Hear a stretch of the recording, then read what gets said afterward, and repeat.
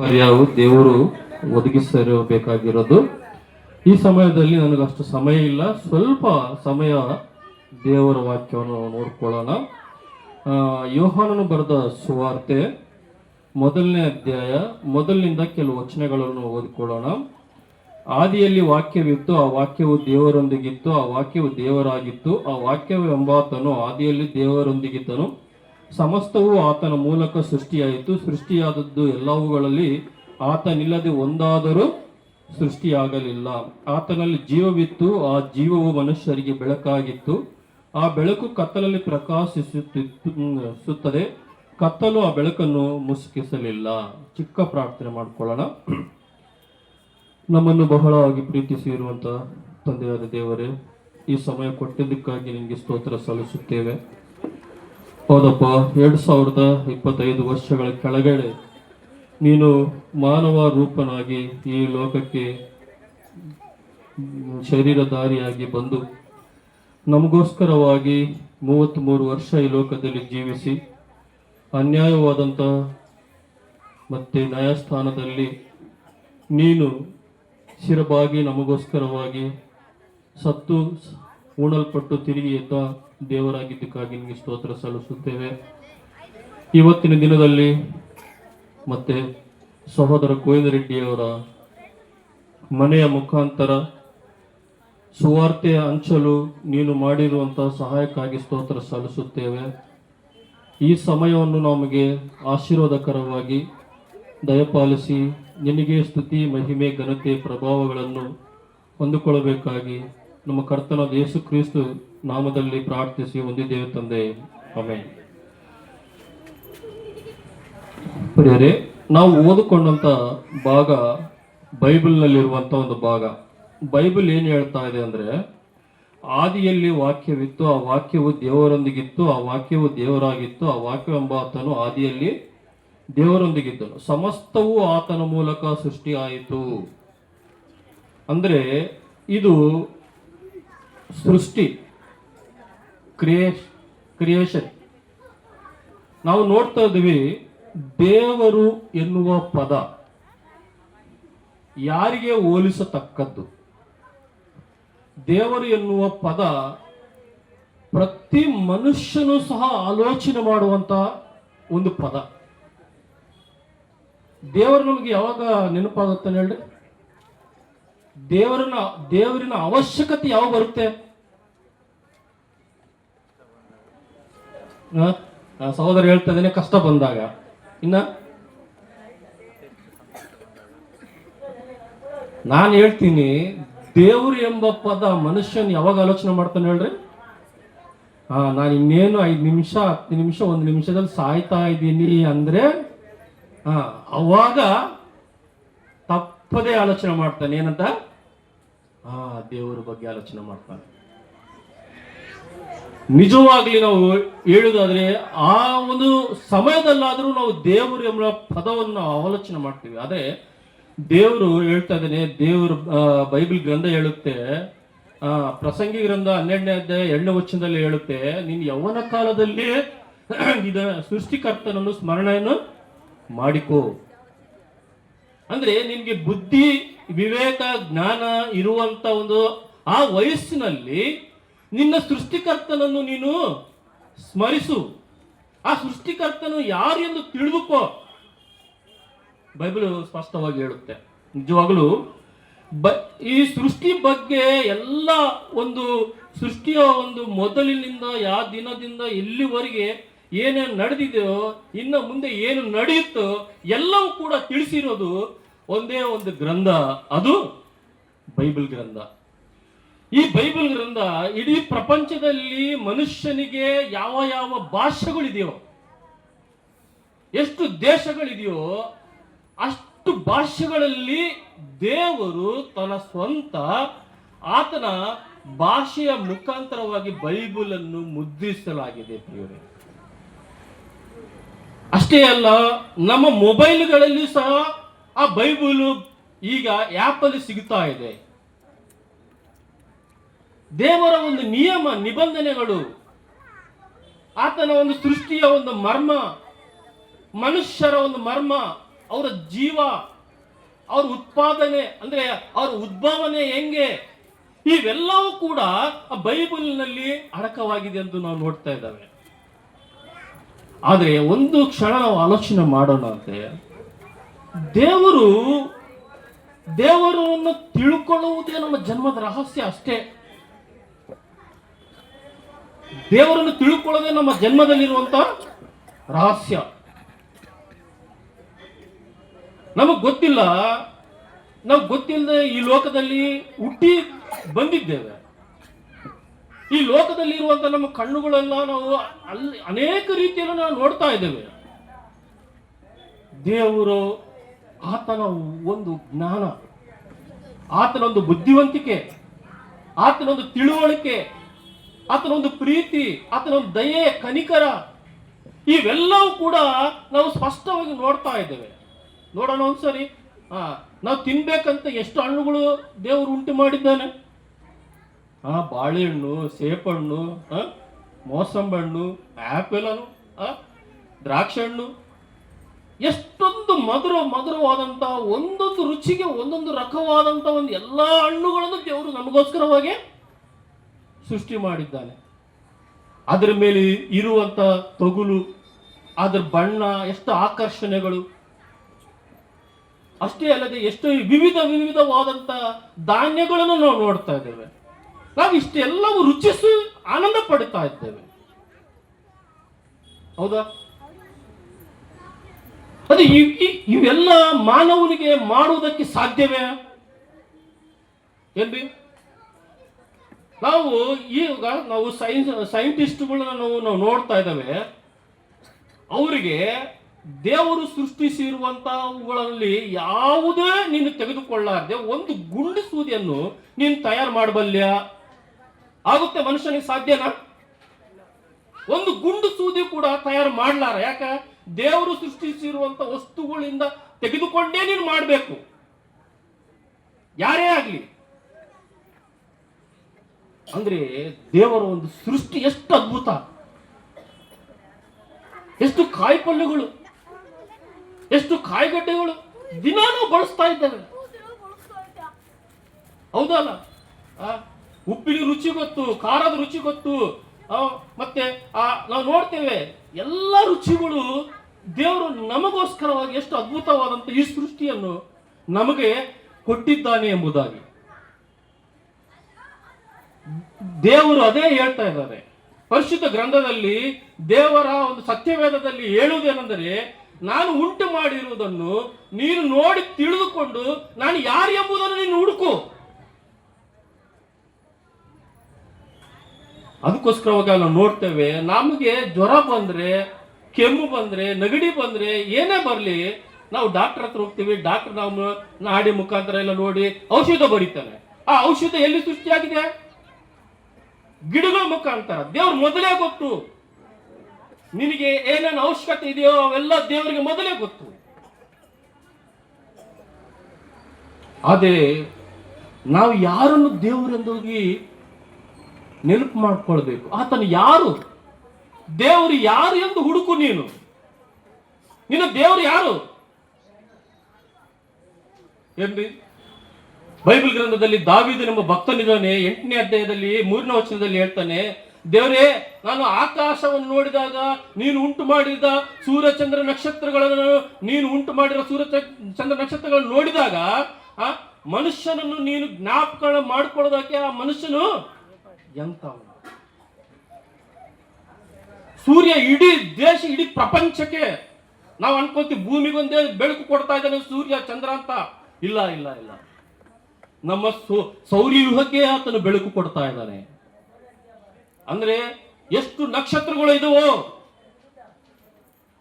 ದೇವರಂದ್ರೆ ಸೂರ್ಯನ್ನೇ ಉಂಟು ಮಾಡಿದಂತವನು. ಮನುಷ್ಯನಿಗೆ ಸಾಧ್ಯನಾ? ಆಲೋಚನೆ ಮಾಡ್ರಿ. ಮನುಷ್ಯ ನಕ್ಷತ್ರಗಳನ್ನು ಸೃಷ್ಟಿ ಮಾಡಕ್ಕಾಗುತ್ತಾ?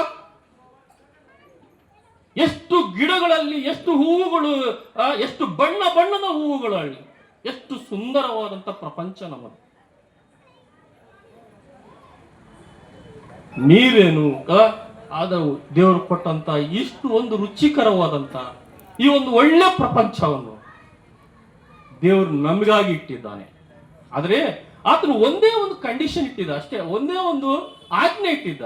ನೀನು ಒಳ್ಳೆದು ಕೆಟ್ಟದು ಅರಿಯುವಂತ ಹಣ್ಣು ತಿನ್ಬೇಡ, ಅದು ಈಗ ತಿನ್ನೋದಲ್ಲ, ಆಮೇಲೆ ನಿನಗೆ ಹೇಳ್ತೀನಿ ಅಂತ.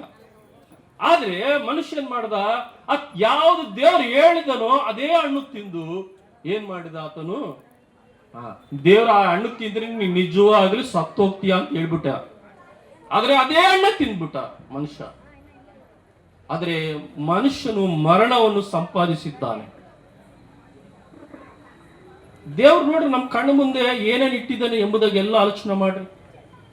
ನಾವು ಮಾತ್ರ ಬಟ್ಟೆ ಹಾಕೊಳ್ತೀವಿ, ಹಂದಿ, ನರಿ, ಆನೆ ಇವ್ಯಾವ ಬಟ್ಟೆ ಹಾಕೊಳ್ತಾ ಇಲ್ಲ. ಇದು ಅವತ್ತಿನ ದಿನ ದೇವರು ಮನುಷ್ಯನು ಸೃಷ್ಟಿ ಮಾಡಿದಂತ ದಿನ ನಡೆದಂತ ಘಟನೆ. ಅಷ್ಟೇ ಅಲ್ಲದೆ ಸ್ತ್ರೀಗೆ ಶಾಪ ಕೊಡ್ತಾನೆ ದೇವರು, ಏನಂತೇಳಿ, ನೀನು ಮಗಳು ನೀನು ಈಗ ನೀನು ಅಡೆಯುವಾಗ ನೀನು ನೋವಿಂದ ತುಂಬಾ ಸಂಕಟದಿಂದ ನೀನು ಮಕ್ಕಳನ್ನ ಅಡಿಯುವಿ ಅಂತೇಳಿ. ಅದೇ ಪ್ರಾಣಿಗಳು ಪಕ್ಷಿಗಳು ಅವ್ರಿಗೆ ಡಾಕ್ಟರ್ಗಳೇ ಅವಶ್ಯಕತೆ ಇಲ್ಲ ಅವ್ರಿಗೆ. ಇದು ದೇವರ ಶಾಪ. ಬೈಬಲ್ ಹೇಳಿದ ಸತ್ಯ. ಅವತ್ತಿನಿಂದ ಇದುವರೆಗೂ ಜಾತಿ, ಮತ, ಕುಲ, ಭೇದ ಯಾವುದೂ ಇಲ್ಲ. ಸ್ತ್ರೀಗೆ ನೋವು ಇದೆ, ದೇವರು ಕೊಟ್ಟಂತ ಶಾಪ. ಇಡೀ ಪ್ರಪಂಚವನ್ನೇ ಒಂದ್ಸಾರಿ ದೇವರು ಈ ಭೂಮಿಯ ಬೇಡ ಅನ್ಕೊಂಡು ಬಂದ್ಬಿಟ್ಟಿದೆ ಗೊತ್ತಾ. 6ನೇ ಅಧ್ಯಾಯದ ಮತ್ತೆ ಆದಿಕಾಂಡ 6ನೇ ಅಧ್ಯಾಯದಲ್ಲಿ ದೇವರೇ ಇಳಿದು ಬರ್ತಾನೆ. ದೇವರು ಆಕಾಶ, ಮಹಾಕಾಶ, ಉನ್ನತ ಸ್ಥಾನದಲ್ಲಿ ಇರುವಂತಹ ಆತನ ದೇವರು. ನಮಗೆ 7 ದಿನಗಳು ಅಂತ ಯಾಕೆ ಫಿಕ್ಸ್ ಆಗಿರ್ತವೆ ಹೇಳಿದ್ರಿ? 7 ದಿನಗಳು ಯಾಕೆ? ಅದು ಎಲ್ಲಿಂದ ಬಂತು? ಇದು 7 ದಿನಗಳು ನಮಗೆ ಬೇಕಂತೇಳಿ ಅದು ದೇವರ ನಿಯಮ. ಯಾಕಂದ್ರೆ ದೇವರಿಗೆ, ನಮಗೆ ಆತ್ಮ ಇದ್ದಂಗೆ ದೇವರಿಗೆ 7 ಆತ್ಮಗಳಿವೆ. 7 ಅಂದ್ರೆ ಬರೀ ಸತ್ಯವೇದದಲ್ಲಿ ಅದು ಸಂಪೂರ್ಣವಾದಂತ ಒಂದು ಸಂಖ್ಯೆ. 7 ದಿನಗಳು. ಹಂಗೆ ನಾವು ನೋಡ್ತೇವೆ 7 ಬಣ್ಣಗಳು, ರ್ಯಾನ್ಬೋ ಅಂತೀವಲ್ಲ, ರೈನ್ಬೋ ಬರುತ್ತಲ್ಲ ಮಳೆಗಾಲದಲ್ಲಿ. ಹಂಗೆ ದೇವರು ಅಂತ ಒಂದು ಆತನ ಸಿಂಹಾಸನ ಎಷ್ಟು ದೊಡ್ಡದು ಅಂದ್ರೆ ಆತನಕ್ಕಿಂತ ಸಿಂಹಾಸನ ಬೇರೆ ಯಾರೂ ಇಲ್ಲ. ಅಷ್ಟು ಉನ್ನತವಾದಂತ ಸಿಂಹಾಸನದಲ್ಲಿ ಇರುವಂತ ದೇವರು ಆತನು. ಅದು 7 ಬಣ್ಣಗಳಿಂದ ಕೂಡಿರುವಂತಹ ಸಿಂಹಾಸನ ಅದು. ಆತನ ಮುಖವನ್ನು ಯಾರು ಅಂದ್ರೆ, ನಾವು ಒಂದೇ ಪ್ರಾಣಿಗಳಲ್ಲ ಇಲ್ಲಿ ಭೂಲೋಕದಲ್ಲಿ ಇರೋದು. ಆದ್ರೆ ಸ್ವರ್ಗ ಅಂತ ಹೇಳ್ತೀವಿ, ಪರಲೋಕ ಅಂತ ಹೇಳ್ತೀವಿ, ಅಲ್ಲಿ ನಮಗಿಂತ ಉನ್ನತವಾದಂತ ದೇಹಗಳು ಉಳ್ಳವರಿದ್ದಾರೆ. ಅವರನ್ನು ನಾವು ದೇವದೂತರು ಅಂತ ಕರೀತೇವೆ. ಅಂದ್ರೆ ಅವರಿಗೆ ರೆಕ್ಕೆಗಳಿದ್ದಾವೆ, ಅವರು ರೆಕ್ಕೆಗಳಿಂದ ಹಾರಾಡುವಂತವರಾಗಿದ್ದಾರೆ. ಅವರು ದಗದಗ ಅಂತ ಒಳುಪುಗಳಿಂದ ಅವರು ಪ್ರಕಾಶಿಸುವಂತವರಾಗಿದ್ದಾರೆ. ದೇವರು ಕೂಡ ಆತನು ಅತಿ ಪರಿಶುದ್ಧವಾದಂತ ಸ್ಥಳದಲ್ಲಿ, ಆತನು ಅತಿ ಬೆಳಕು, ಆತನು ನೋಡುವುದು ಅಸಾಧ್ಯ. ನಿಜವಾಗಲೂ ಆತನೊಂದು ಅಮೂಲ್ಯವಾದಂತ ರತ್ನ ಅಂತ ಹೇಳುತ್ತೆ ಬೈಬಲ್ ಗ್ರಂಥ. ಆ ರತ್ನದಲ್ಲಿ ಜೀವ ಇದೆ. ಅಂತಹ ಉನ್ನತ ದೇವರು ಆತನು. ಆತನ ಜ್ಞಾನ ನಾವು ನೋಡ್ತಾ ಇದ್ದೇವೆ, ಆತನ ತಿಳುವಳಿಕೆ, ಆತನ ಬುದ್ಧಿವಂತಿಕೆ ಅಲ್ಲ. ಸಮುದ್ರದಿಂದ ನೀರು ಹಾವಿಯಾಗಿ ಬಂದು, ಮಾಡದಿಂದ ಬಂದು ಮಳೆ ಸುರಿದು ಹೋಗುವಂಥದ್ದು, ಚಳಿ ಬರುವಂಥದ್ದು, ಇವೆಲ್ಲ ದೇವರ ಒಂದು ಸಂಕಲ್ಪ, ಆತನ ಸೃಷ್ಟಿ. ಇಂಥ ಸೃಷ್ಟಿಯಲ್ಲಿ ದೇವರು ಒಂದು ನಿಯಮ ಇಟ್ಟಿದ್ದಾನೆ. ಏನೊಂದು, ಪ್ರತಿಯೊಬ್ಬರಿಗೆ ಸ್ವಂತ ಹೆಂಡತಿ ಇರಬೇಕು. ಪ್ರತಿ ಗಂಡನಿಗೆ, ಪ್ರತಿ ಹೆಂಡತಿಗೆ ಒಬ್ಬ ಸ್ವಂತ ಗಂಡನಿರಬೇಕು. ಮದುವೆ ನಿಯಮ ನಿಬಂಧನೆಗಳು ಎಲ್ಲವೂ ಕೂಡ ಈ ಸತ್ಯವೇದದಲ್ಲಿ ಬರೆಯಲ್ಪಟ್ಟಿದೆ. ಅವೇ ನಾವು ರೂಢಿಯಾಗಿ ಬರ್ತಾ ಇದ್ದೇವೆ. ಯಾರನ್ನು ಮದುವೆ ಮಾಡ್ಕೋಬೇಕು, ಯಾರನ್ನು ಮದುವೆ ಮಾಡ್ಕೋಬಾರದು ಅಂದೆವು. ಆದ್ರೆ ಮನುಷ್ಯ ಏನ್ ಮಾಡ್ತಾ ಇದ್ದಾನೆ, ಈಗ ಗಂಡು ಮದುವೆ ಮಾಡ್ತಾ ಇದ್ದಾರೆ, ಹೆಣ್ಣು ಮದುವೆ ಮಾಡ್ಕೊಳ್ತಾ ಇದ್ದಾರೆ. ಈ ನಿಯಮ ನಿಬಂಧನೆಗಳು ತಪ್ಪು ನಾವು ಮಾಡ್ತಾ ಇದ್ದಾವೆ. ಅದಕ್ಕೋಸ್ಕರ ಅಂತ ತಪ್ಪು ಇವಾಗಲ್ಲ, ಯಾವಾಗೋ ಮಾಡಿದ್ದಾರೆ ಮನುಷ್ಯರು. ತುಂಬಾ ತಪ್ಪು ಮಾಡಿ ದೇವರಿಗೆ ಇಷ್ಟವಿಲ್ಲದಂತೆ ದೇವರನ್ನು ಸಂಕಟಕ್ಕೆ ಒಳಪಡಿಸಿ ಆತನು ದುಃಖ ಪಡುವಂತೆ ಒಂದು ಸ್ಥಿತಿಗೆ ತಂದು ಬಿಟ್ಟಿದ್ದಾರೆ. ಅದಕ್ಕೋಸ್ಕರ ದೇವರು ಈ ಪ್ರಪಂಚ ಇರಬಾರ್ದು, ನನಗೆ ಈ ಭೂಮಿ ಬೇಡ, ಈ ಲೋಕ ಬೇಡ ಅಂತೇಳಿ ಇಳಿದು ಬರುವಂತ ಸಮಯದಲ್ಲಿ ಒಬ್ಬೇ ಒಬ್ಬ ವ್ಯಕ್ತಿ, ಆತನ ಹೆಸರು ನೋವಾಹು ಅಂತೇಳಿ, ಆತನು ಏನ್ ಮಾಡ್ತಾ ಇದ್ದಾನಂದ್ರೆ ಎಲ್ಲಾ ನಿಬಂಧನೆಗಳಲ್ಲಿ ಯಾವುದು ಸುಳ್ಳು ಹೇಳಲ್ಲ, ಯಾವುದು ಕೆಟ್ಟತನ ಮಾಡಲಿಲ್ಲ. ಅದೇ ಅಂತ ವ್ಯಕ್ತಿಯನ್ನು ನೋಡಿದ ಮೇಲೆ ದೇವರಿಗೆ ಇಷ್ಟವಾದ ಇಡೀ ಮನುಷ್ಯರನ್ನೇ ಆತನು ನೀರಿನ ಮೂಲಕವಾಗಿ ಎಲ್ಲರನ್ನು ಸಾಯಿಸಿ ಆತನಿಗೆ ಒಬ್ಬತ್ತಿಗೆ ಒಂದು ಹಡಗು ಮೂಲಕ ಆತನನ್ನು ರಕ್ಷಿಸ್ತಾನೆ. ಅವಾಗೆ ತಿಳ್ಕೊಂಡಿದ್ದರು ದೇವರು, ನನಗೆ ಒಳ್ಳೆ ಮಕ್ಕಳು ಬೇಕು. ಅದಕ್ಕೋಸ್ಕರವಾಗಿ ಆತನು ಒಂದು ದೀರ್ಘ ಶಾಂತ, ಆ ಶಾಂತ ಗುಣದಿಂದ ಆತನು ಇಷ್ಟುವರೆಗೆ ಪ್ರಪಂಚವನ್ನು ಕಾಪಾಡ್ತಾ ಬಂದಿದ್ದಾನೆ. ಒಳ್ಳೆಯ ಮಕ್ಕಳು, ನನ್ನನ್ನು ಪ್ರೀತಿಸುವಂತವರು, ನನ್ನನ್ನು ತಿಳ್ಕೊಳ್ಳುವಂತವರು ಒಳ್ಳೆಯವರಾದರೂ ಸಿಗುತ್ತಾರೆ. ನಮಗೆ 100 ವರ್ಷ ಇರ್ಬೋದು, ಆದರೆ ಬೈಬಲ್ ಗ್ರಂಥದಲ್ಲಿ 969 ವರ್ಷ ಬಾಳಿದ ಮನುಷ್ಯರಿದ್ದಾರೆ. ದೇವರಿಗೆ 1000 ವರ್ಷ ಒಂದು ದಿನ, ಆತನ ಟೈಮಿಂಗ್ ಅದು. ಆದ್ರೆ ದೇವ್ರು ನೋಡ್ರಿ, ಆಲೋಚನೆ ಮಾಡ್ರಿ. ಆದ್ರೆ ನಾವು ಇವಾಗ ಹೇಳ್ತೀವಿ ಪ್ರಿಯರೇ, ನಾವು ಕ್ರಿಸ್ಮಸ್ ಅಂದ್ರೆ ಏನಂದ್ರೆ ತಾನು ಒಬ್ಬನೇ ಮಗನನ್ನು ದೇವರು ಕಳಿಸಿಕೊಟ್ಟಿದ್ದಾನೆ. ಅಂದ್ರೆ ಅಷ್ಟು ಉನ್ನತವಾದಂತ ಸ್ಥಳವನ್ನು ಬಿಟ್ಟು ಆತನು ಆ ಪರಲೋಕ ಅಂದ್ರೆ ನಾವು ನೋಡ್ತೇವೆ, ನಮ್ಮ ಜನ ಎಷ್ಟೊಂದು ಕೋಟಿ, 800 ಕೋಟಿ ಇದೆ ಪ್ರಪಂಚ. ಆದ್ರೆ ಪರಲೋಕ ಅನ್ನೋದು ಇನ್ನೂ ಇದಕ್ಕಿಂತ ದೊಡ್ಡದದು. ಎಷ್ಟೋ 1000 ಗಟ್ಟಲೆ ಜನ, ಕೋಟಿ ಜನ ಆತನ ಸ್ಥಾನದಲ್ಲಿದ್ದಾರೆ. ಅಂತವ್ರನ್ನ ಎಲ್ಲರನ್ನೂ ಕೂಡ ಪೋಷಿಸಬಲ್ಲಂತ ಸಾಮರ್ಥ್ಯ ಉಳ್ಳವನೇ ದೇವರು. ಎಲ್ಲರನ್ನೂ ಪೋಷಿಸಬಲ್ಲ ಆತ. ಎಷ್ಟು ಜನರಿಗಾದ್ರೂ ಆಹಾರ ಕೊಡಬಲ್ಲ ಆತ. ಇದಕ್ಕಿಂತ ವೈಭವ ಉಳ್ಳದ್ದು ಆ ಪರಲೋಕ ರಾಜ್ಯ. ಒಂದ್ಸಾರಿ ಆಲೋಚನೆ ಮಾಡೋಣ. ನಾವು ಕಸ ಹೊಡೆಯೋದು ಬೇಡ, ಸಾಮಾನು ತಿಕ್ಕೋದೇ ಬೇಡ, ಬಟ್ಟೆ ಒಗೆಯೋದೇ ಬೇಡ, ಏನ್ರಿ? ನಾವು ದುಡಿಯೋದೇ ಬೇಡ. ಎಷ್ಟು ಚೆನ್ನಾಗಿರುತ್ತಲ್ಲ ಪರಲೋಕದಲ್ಲಿ. ಅಷ್ಟೇ ದೇವರು ಏನ್ ಹೇಳ್ತಿದ್ರೆ, ನಿನ್ನ ಆತ್ಮಕ್ಕೆ ನಾನು ವಿಶ್ರಾಂತಿ, ರೆಸ್ಟ್. ಅಂದ್ರೆ ದೇವ್ರ ವಾಕ್ಯ ಹೇಳುತ್ತೆ, ಅದು ನಿನ್ನ ಸಂತೋಷ ಅನ್ನೋದು ಹೆಂಗಿರುತ್ತಂದ್ರೆ ಎಷ್ಟು ಕೋಟಿ ಕೊಟ್ಟರು ಕೂಡ ಅಷ್ಟು ಸಾಲದಂತ ಅಂತ ಸಂತೋಷ. ಅಷ್ಟು ಇಲ್ಲಿ ಬಂಗಾರ ಅನ್ನೋದು ಎಷ್ಟು ನಮಗೂ ಬೆಳೆ ಬಾಳುದಲ್ಲ, ಆದ್ರೆ ಪರಲೋಕದಲ್ಲಿ ಬಂಗಾರ ಅನ್ನೋದು ರೋಡ್. ಅದರಿಂದ ನಾವು ಏನು ಗೊಲ್ಸು ಚೈನ್ ಏನು ಮಾಡ್ಕೊಳಕ್ ಆಗಲ್ಲ ಅಲ್ಲಿ, ಅದು ನಮ್ಮ ಕಾಲ್ ಕೆಳಗೆ ಇರುತ್ತೆ. ಹೇಳ್ರಿ, ದೇವರು ಆತನ ಉದ್ದೇಶ ಏನಂದ್ರೆ, ಈ ಸೃಷ್ಟಿನೆಲ್ಲ ತೆಗೆದು ಬಿಡ್ತೀನಿ, ಇನ್ನೊಂದು ನೂತನ ಒಂದು ಸೃಷ್ಟಿ ಮಾಡಕತ್ತಿದ್ದೀನಿ. ಅದರಲ್ಲಿ ಒಬ್ಬ ಪಾಪಿ ಕೂಡ ಇರಲಾರ, ಒಬ್ಬ ಅನ್ಯಾಯಸ್ಥರು ಇರಲಾರ, ಒಬ್ಬ ಕಳ್ಳ ಇರಲಾರ, ಒಬ್ಬ ಮೋಸಗಾರ ಇರಲ್ಲ, ಯಾರು ಕೂಡ ಇರಲ್ಲ. ಎಲ್ಲರೂ ನೀತಿಮಂತರೇ, ಎಲ್ಲರೂ ಒಳ್ಳೆಯರೇ ಇರುವಂತ ಒಂದು ಪ್ರಪಂಚ, ಒಂದು ರಾಜ್ಯ ಹೊಸದಾಗಿ ಆತನು ಕಟ್ಟಲ್ಪಡ್ತಾ ಇದೆ. ಅಂದ್ರೆ ಈ ಶರೀರ ಮಣ್ಣಿಂದ ಮಾಡಿದ ಶರೀರ ಇದು. ಆದ್ರೆ ಇದೇ ಶರೀರವನ್ನು ದೇವರು ಅಮೂಲ್ಯವಾದಂತ ಶರೀರವಾಗಿ ಮಾರ್ಪಾಟು ಮಾಡಿ ಆತ್ಮ ಸ್ಥಾನಕ್ಕೆ ತೆಗೆದುಕೊಂಡು ಹೋಗ್ತಾನೆ. ಅಂದ್ರೆ ಆ ಶರೀರ ಹೆಂಗಂದ್ರೆ ಅದು ಕೂಡ ಒಳಪಿನ ಶರೀರ, ದಗದಗ ಒಂದು ಬೆಳ್ಳನೆ ಶರೀರವನ್ನು ದೇವರು ನಮಗೆ ಕೊಡಲ್ಪಡ್ತಾ ಇದೆ. ಅದು ಯಾರ ಮೂಲಕ ಅಂದ್ರೆ ಸ್ವಾಮಿ ಕರ್ತನಾದ ಯೇಸು ಕ್ರಿಸ್ತು ಮೂಲಕ. ಆತನು ಈ ಲೋಕಕ್ಕೆ ಬಂದಾಗ ಆತನು ಎಲ್ಲಿ ಹುಟ್ಟಿದಾನೆ? ಬೆತ್ಲೆಹೇಮಿನಲ್ಲಿ ಒಂದು ಸಣ್ಣ ಗ್ರಾಮದಲ್ಲಿ ಹುಟ್ಟಿದಾನೆ. ಆದರೆ ಆತನು ಹುಟ್ಟಿದಾಗ ಆತನಿಗೆ ಸ್ಥಳ ಯಾರು ಕೊಡಲಿಲ್ಲ.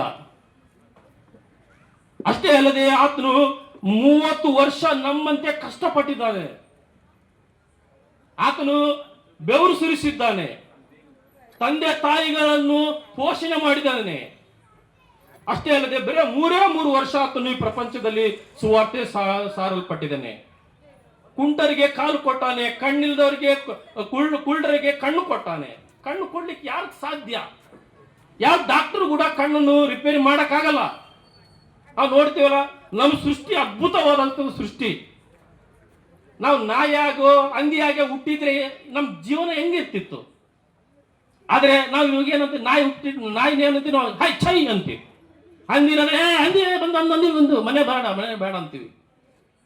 ನಾವು ಹಂದಿಯಾಗಿ ಹುಟ್ಟಿದೀವ, ನಾಯಾಗಿ ಹುಟ್ಟಿದ್ವಿ, ಏನಾಗಿ ಹುಟ್ಟಿದ್ವಿ? ನಾವು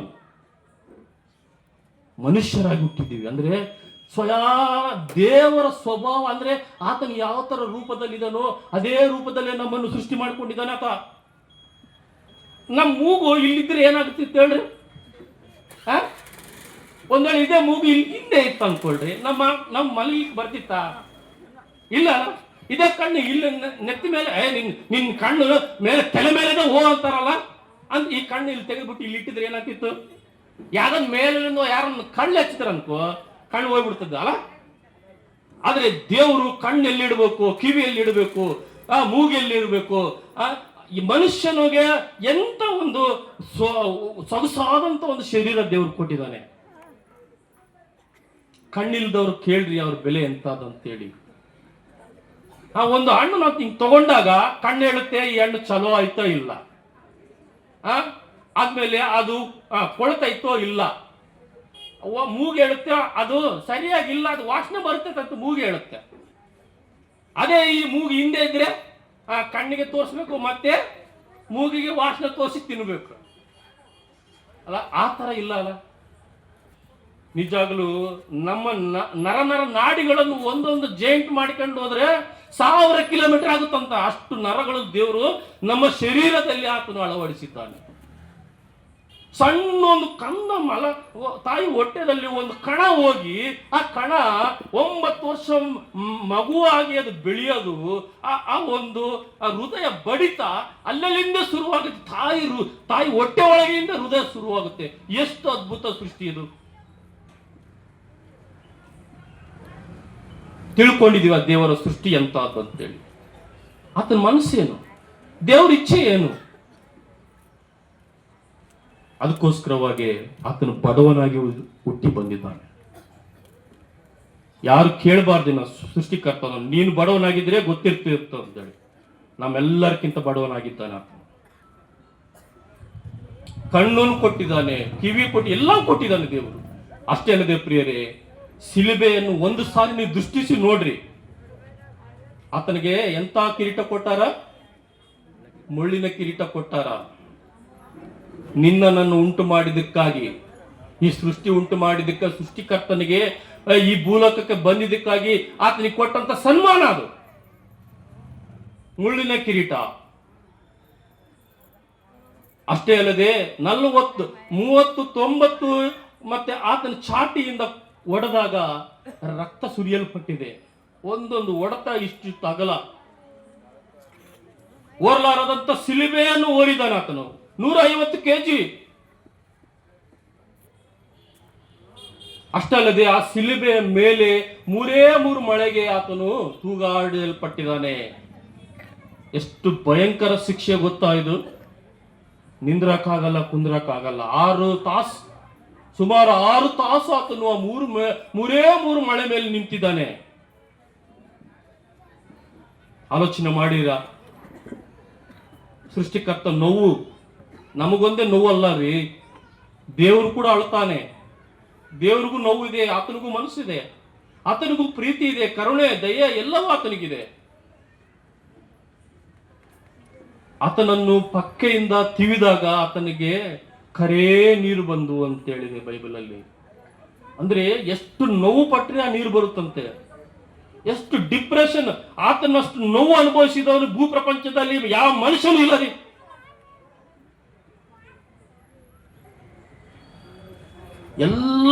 ಎಲ್ಲಿ ನೋಡಿದ್ರು ಕೂಡ ಆತನ ನಮ್ಮ ರೂಪ ಅಂದ್ರೆ ನಮ್ಗೆ ನೋಡಕ್ಕಾದ್ರೆ ರೂಪ ಇರುತ್ತೆ, ಆದ್ರೆ ಆತನಿಗೆ ರೂಪ ಕೂಡ ಹೋಗ್ಬಿಟ್ಟಿದೆ. ಯಾವ ಮನುಷ್ಯನ್ ನೋಡಕ್ಕಾಗಲ್ಲ ಅಂತ ಒಂದು ರೂಪ ಆಗ್ಬಿಟ್ಟಿದೆ ಆತನ ಶಿಲುಬೆಯಲ್ಲಿ. ಆತನ ಸತ್ತಿದ್ದಾನೆ. ಅಂದ್ರೆ ರಕ್ತ ಪ್ರೋಕ್ಷಣ ಏನಿದೆ, ಪಾಪ ಕ್ಷಮಾಪಣೆ లేదు, ತದ್ರಕ್ತಮೇ ಪರಮಾತ್ಮನಿ ಪುಣ್ಯ ರಕ್ತ ಬಲಿದಾನಂ ಅಂತ ವೇದಗಳು ಹೇಳ್ತಾವೆ. ಅಂದ್ರೆ ಪರಮಾತ್ಮನೇ ಬಂದು ರಕ್ತ ಸುರಿಸಿದ್ರೇನೆ ಮಾತ್ರ ಮನುಷ್ಯನಿಗೆ ಮೋಕ್ಷಕ್ಕೆ ದಾರಿ, ಇಲ್ಲಂದ್ರೆ ಇಲ್ಲ.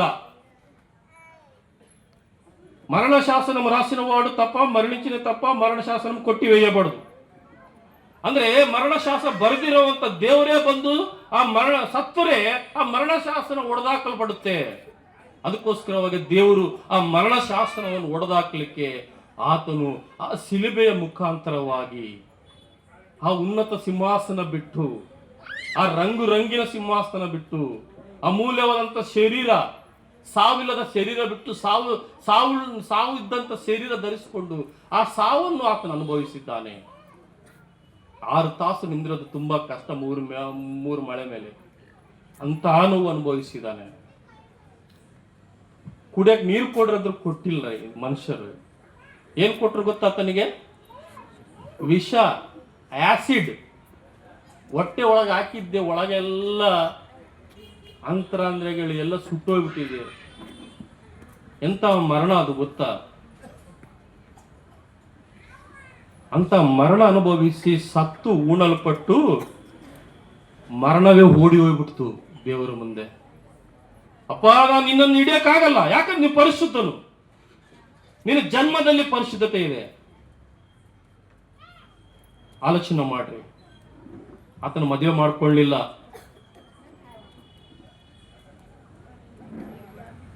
ಮದುವೆ ಅನ್ನೋದು ಯಾರಿಗೆ? ದೇವ್ರಿಗೆ ಮದುವೆ ಅವಶ್ಯಕತೆ ಇಲ್ಲ.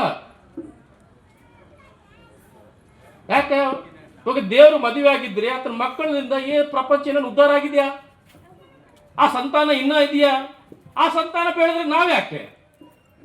ನಾವೇ ಆತನ ಮಕ್ಕಳು. ಆತನಿಗೆ ಹೇಳ್ತಿ ಯಾಕೆ ಬೇಕು? ಆತ ಹೇಳ್ತಿನೇ ಅವಶ್ಯಕತೆ ಇಲ್ಲ.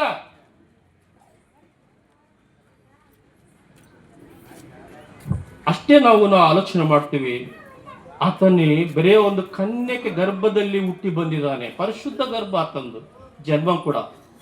ಅದಕ್ಕೋಸ್ಕರ ಮರಣವು ಓಡಿ ಹೋಗ್ಬಿಟ್ಟು, ನಿನ್ನ ಹಿಡಿಯಕ್ಕಾಗಲ್ಲಪ್ಪ, ನೀನು ದೇವರು. ಅದಕ್ಕೋಸ್ಕರ ಆತನು ಸತ್ತು ಜೀವದಿಂದ ಎದ್ದು ಬಂದಿದ್ದಾನೆ.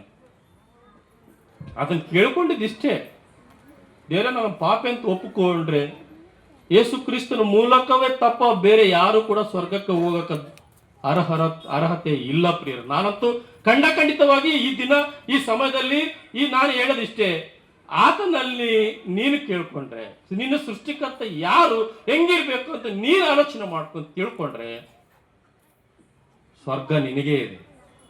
ಸ್ವರ್ಗಕ್ಕೆ ಹೋಗೋದು ತುಂಬಾ ಸುಲಭ. ಅದ ಇಷ್ಟು ವರ್ಷ ಸ್ಕಿಟ್ ಮಾಡಿದ್ರು ಮಕ್ಕಳು, ಕೃಪೆ ಕೃಪೆ ಕೃಪೆ ಎಂಬುದಾಗಿ.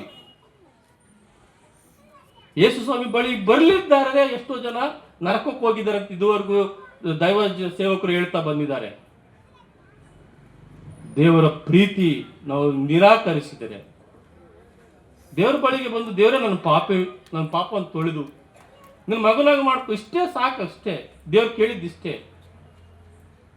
ಒಳಿತು ಮಾಡು ಮನುಷ್ಯ ಇರೋದು 3 ದಿವಸ.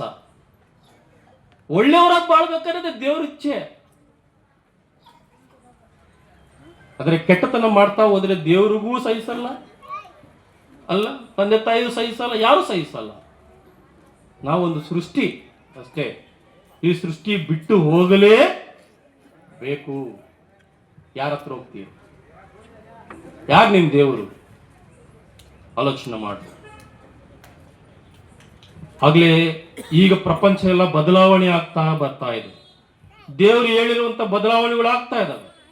ಒಂದು ಕೊರೋನಾ ಬಂದೇ ನಮ್ಮ ಪ್ರಪಂಚವನ್ನೇ ಅಲ್ಲಾಡಿಸಿಬಿಡ್ತಲ್ಲ, ಯಾರು ಮನೆ ಹೊರಗಡೆ ಬರಲಾರ್ದಂಗೆ ಮಾಡ್ಬಿಡ್ತು. ಅಂತ ಭಯಂಕರವಾದಂತ ಇನ್ನೂ ಮುಂದೆ ಇದಾವೆ ಭಯಂಕರದಂತ ವ್ಯಾಧಿಗಳು. ಈ ಪ್ರಪಂಚವನ್ನು ನಾವು ಇಷ್ಟು ಪ್ರೀತಿಸ್ತೀವಿ, ಆದರೆ ಮೋಕ್ಷ ಇಲ್ಲ ಪರಲೋಕ ಅನ್ನೋದು ಇನ್ನೂ ಎಷ್ಟು ವೈಭವ ಉಳ್ಳದ್ದು ಆಲೋಚನೆ ಮಾಡ್ರಿ. ಸತ್ತ ಮೇಲೆನೆ ಮನುಷ್ಯನಿಗೆ ಒಳ್ಳೆ ಜೀವಿತ ಇದೆ, ಅದು ದೇವರೊಂದಿಗೆ ಇರುವಂತದ್ದು.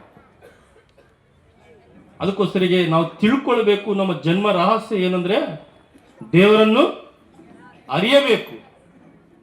ಉಪ್ಪು ಕಪ್ಪುರ ಮೊಕಪೋಲಿಕಂಡು ಚೂಡ ಚೂಡ ರುಚುಲು ಜಾಡುವೇರು ಪುರುಷುలలో ಪುಣ್ಯ ಪುರುಷಿಡವಡೆಯ ವಿಶ್ವಧಾಮ ವಿನೋರವೇಮ.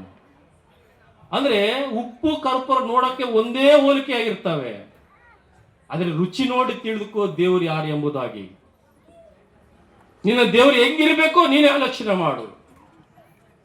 ಮನುಷ್ಯರಿಗೆ ದೇವರು ಎಂಬ ಪದ ಇದು ಸರಿಯಲ್ಲ. ಅದು ಕೇವಲ ದೇವರಿಗೆ ಆ ಪದ ಸರಿ. ಆಕಾಶ ಭೂಮಿಯನ್ನು ಉಂಟು ಮಾಡಿದಂತ ದೇವರಪ್ಪನು, ಅಂತ ಆತನಿಗೆ ಆ ಹೆಸರು ಉತ್ತಮ. ಅಂತ ಆತನೇ ನಾವು ಪೂಜಿಸಬೇಕು, ಅಂತ ಆತನೇ ನಾವು ಆರಾಧಿಸಬೇಕು. ಆತನು ಒಳ್ಳೆಯವನು, ನಾವು ಕೂಡ ಒಳ್ಳೆಯವರಾಗಬೇಕನ್ನೋದೇ ಆತನ ಆಶೆ. ಅದಕ್ಕೋಸ್ಕರ ಒಳ್ಳೆಯವರು ಆಗ್ಬೇಕಂತೇಳಿ ಆತನು ಶಿಲುಬೆಯಲ್ಲಿ ಯಜ್ಞವಾಗಿ ಬಲಿಯಾಗಿ ಆತನು ರಕ್ತ ಸುರಿಸಿ ನಮಗೋಸ್ಕರವಾಗಿ ಆತನು ನಮ್ಮನ್ನು ರಕ್ತದಿಂದ ತೊಳೆದು ಪರಿಶುದ್ಧ ಮಾಡಿ ಆತನ ರಾಜ್ಯಕ್ಕೆ ತೆಗೆದುಕೊಂಡು, ಕೆಸರಿನಲ್ಲಿ ಇರುವಂತ ಮಕ್ಕಳನ್ನು ನಾವು ಮನೆಯಲ್ಲಿ ಎತ್ತುಕೊಂಡು ಮುದ್ದಾಡಕ್ಕಾಗುತ್ತಾ? ಇಲ್ಲ, ಸ್ನಾನ ಮಾಡಿಸಿ ಮುದ್ದಾಡ್ತೀವಿ ಅಷ್ಟೆಲ್ಲ. ದೇವರು ಕೂಡ ಅಷ್ಟೇ, ಪಾಪದಲ್ಲಿದ್ದೀವಿ. ನೀನು ಎಷ್ಟು ಘೋರ ಪಾಪ ಮಾಡಿದ್ರು ಕೂಡ ದೇವರು ನಿನ್ನ ಕ್ಷಮಿಸ್ತಾನೆ. ಆದ್ರೆ ನಿನ್ನ ಕ್ಷಮೆ ಕೇಳಬೇಕು. ಎಷ್ಟು ಭಯಂಕರ ಪಾಪಿ ಆಗಿರು ನೀನು, ಎಂತ ಘೋರ ಪಾಪ ಮಾಡಿರು, ಆದ್ರೆ ದೇವರು ನಿನ್ನ ಕ್ಷಮಿಸ್ತಾನೆ. ದೇವರೊಟ್ಟಿಗೆ ಬಂದು, ದೇವರೇ ನನ್ನ ಪಾಪ ಕ್ಷಮಿಸು, ನಿನ್ನ ರಾಜ್ಯಕ್ಕೆ ಸೇರಿಸ್ಕೊ, ಅಷ್ಟೇ ಸಾಕು. ನಾವು ಪರಲೋಕದಲ್ಲಿ ಶಾಶ್ವತವಾದಂಥ ಪ್ರೀತಿ, ಪ್ರೇಮ ಅಂದ್ರೆ ಪ್ರೀತಿ ಅಂದ್ರೆ ಏನ್ರಿ? ಇದೊಂದು ಪದಾರ್ಥನ ಅಲ್ಲ, ಇದೊಂದು ಅನುಭವ, ಇದೊಂದು ಫೀಲಿಂಗ್. ಅಂದ್ರೆ ದೇವರು ಕೂಡ ಒಂದು ಫೀಲಿಂಗ್. ದೇವರು ನಮ್ಮಲ್ಲೇ ಇದ್ದಾನೆ, ಆತ್ಮವಾಗಿದ್ದಾನೆ, ಜೀವವಾಗಿದ್ದಾನೆ. ತಪ್ಪದೆ ನಾವೆಲ್ಲರೂ ದೇವರನ್ನು ಖಂಡಿತವಾಗಿ ಕಾಣ್ತೀವ್ರಿ. ಈ ಮಾತನ್ನು ಗುರ್ತಿಟ್ಕೊಳ್ಳಿ. ಯಾವಾಗಾದ್ರೂ ನೀವು ದೇವರನ್ನು ನೋಡ್ಲೇಬೇಕು. ಆದ್ರೆ ಪಾತಾಳದಲ್ಲಿ ನೋಡ್ತೀಯಾ, ಪರಲೋಕದಲ್ಲಿ ನೋಡ್ತೀಯಾ ಅನ್ನೋದು ನಿರ್ಣಯ ನಿನ್ನ ಕೈಯಾಗಿದೆ ಅಷ್ಟೇ. ಪಾಪ ಮಾಡಿ ನಾನು ದೇವರನ್ನು ನಿರಾಕರಿಸಿ ಹೋಗ್ತೀನಿ ಅಂತ ಹೇಳಿದ್ರೆ ಹೋಗ್ಬೋದು, ಅದು ನಿನ್ನ ಇಚ್ಛೆ. ನರಕ ಎಂಬ ಪದ ಐತಂದ್ರೆ ಐತೆ, ಸ್ವರ್ಗ ಅನ್ನೋ ಪದ ಐತಂದ್ರೆ ಐತೆ. ನೀನು ಎಲ್ಲಿಗೆ ಹೋಗ್ಬೇಕು ನೀನೇ ನಿರ್ಣಯಿಸ್ಕೋಬೇಕು. ದೇವರಂತೂ ಮಾಡೋದೆಲ್ಲ ಮಾಡಿಬಿಟ್ಟಿದ್ದಾನೆ, ಸೃಷ್ಟಿ ಮಾಡಿದ್ದಾನೆ, ಎಲ್ಲ ಮಾಡಿದ್ದಾನೆ. ಆತನೇ ಮಾನವ ಜನ್ಮನಾಗಿ ಬಂದು ಆತನು ಸತ್ತು ಉಣಲ್ಪಟ್ಟು ಎದ್ದು ಪಾಪಕ್ಕೆ ಕ್ಷಮಾಪಣೆ ಎಲ್ಲ ಕೊಟ್ಟು ಇರುವಂತ ಒಂದು ಪ್ರೀತಿ ಎಂತದು.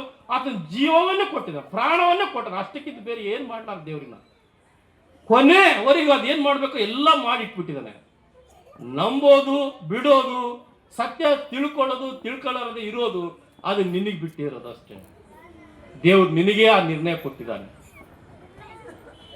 ದೇವರಂತೂ ಪ್ರೀತಿ ಸ್ವರೂಪನು, ಎಲ್ಲರನ್ನು ಬಯಸುವ. ಆತನಿಗೆ ಪಕ್ಷತಾಪ ಯಾವುದೂ ಇಲ್ಲ. ಏನ್ರಿ, ನಾವು ಸೇದೋ ಉಸಿರು ಗಾಳಿ ಒಂದೇ, ನಾವು ಕುಡಿಯೋ ನೀರು ಒಂದೇ, ನಾವು ನಡೆಯೋ ಭೂಮಿ ಒಂದೇ, ಎಲ್ಲ ಒಂದೇ. ದೇವರು ಕೂಡ ಒಬ್ಬನೇ, ನಾವೆಲ್ಲ ಒಂದೇ ಮಕ್ಕಳೇ. ಅದಕ್ಕೋಸ್ಕರವಾಗಿ ಸಾವನ್ನು ಗೆಲ್ಲಬೇಕು ನಾವು. ಆ ಗೆಲ್ಲಬೇಕಂದ್ರೆ ಗೆದ್ದಂತ ದೇವ್ರು ನಂಬ್ಕೊಳ್ಬೇಕಷ್ಟೇ. ದೇವ್ರು ಬಂದಿರೋ ಉದ್ದೇಶಗಳು ಅಷ್ಟೇ. ನೀವು ಸಾವನ್ನು ಗೆಲ್ಲಬೇಕು. ದೇವ್ರು ನಂಬ್ಕೊಂಡ್ರೆ ಅವರ ಶರೀರಗಳು ಎದ್ದು ಬರ್ತವೆ. ಈ ಶರೀರಕ್ಕೆ, ದೆವ್ವಗಳಿಗೆ ಶರೀರ ಇಲ್ಲ, ಅವು ಹಾಳು ಮಾಡ್ಕೊಂಡವೆ. ಬೇರೆಯವ್ರ ಶರೀರದಲ್ಲಿ ಬಂದು ನೀರು ಕೇಳ್ತಾವ. ನಿನಗೆ ಆ ಪರಿಸ್ಥಿತಿ ಬೇಕಾ? ಆಲೋಚನೆ ಮಾಡು. ಆದರೆ ಯೇಸು ಕ್ರಿಸ್ತನಲ್ಲಿ ನಿನಗೆ ಈ ಶರೀರ ಮತ್ತೆ ಸಿಗುತ್ತೆ. ಈ ಶರೀರ ಇನ್ನೊಂದ್ಸಾರಿ ಯಾವ ರೋಗವೂ ಬರೋದಿಲ್ಲ ನಿನಗೆ. ಮತ್ತೆ ಇನ್ನೊಂದ್ಸಾರಿ ನಿನಗೆ ಮರಣವೇ ಬರೋದಿಲ್ಲ ಈ ಶರೀರಕ್ಕೆ. ಅಂತ ಒಳ್ಳೆ ಜೀವಿತವನ್ನು ದಯಪಾಲಿಸುವಂತವನೇ ದೇವರಾಗಿದ್ದಾನೆ. ಆತನ ದಯೆ, ಕೃಪೆ, ಕನಿಕರಗಳನ್ನು ನೀನು ಕಂಡುಕೊಂಡ್ರೆ ಸಾಕು. ಅಷ್ಟೆಲ್ಲ ಎಷ್ಟು ಕೋಳಿಗಳು ತಿಂದೀವಿ ನಾವು, ಎಷ್ಟು ನೀರು ಕುಡ್ದೀವಿ ನಾವು, ಎಷ್ಟು ಹಣ್ಣುಗಳು ತಿಂದೀವಿ ನಾವು, ಎಷ್ಟು ಡಜನ್ ಆಗಿರ್ತವೆ ಇಷ್ಟೊತ್ತಿಗೆ ಅಲ್ಲ. ಆದರೆ ದೇವರ ಪ್ರೀತಿಯನ್ನು ತಿಳ್ಕೊಂಡು, ಆತನ ನಂಬಿಕೊಂಡು, ಆತನ ಜ್ಞಾನ ಏನು, ಆತನ ಬುದ್ಧಿವಂತಿಕೆ ಏನು ಅವೆಲ್ಲ ತಿಳ್ಕೊಂಡು ಆತನನ್ನು ಪೂಜಿಸ್ಬೇಕಷ್ಟೇ. ಯಾರನ್ನು ಪೂಜೆ ಮಾಡಬೇಕು, ಯಾರನ್ನ ಆರಾಧನೆ ಮಾಡಬೇಕು ಅದು ತಿಳ್ಕೊಳ್ಳೋದೇ ಜ್ಞಾನ. ಇದೇ ದೇವರ ಸುವಾರ್ತೆ. ದೇವರ ಮಾತ್ರ ದಿವಿಸಲಿ.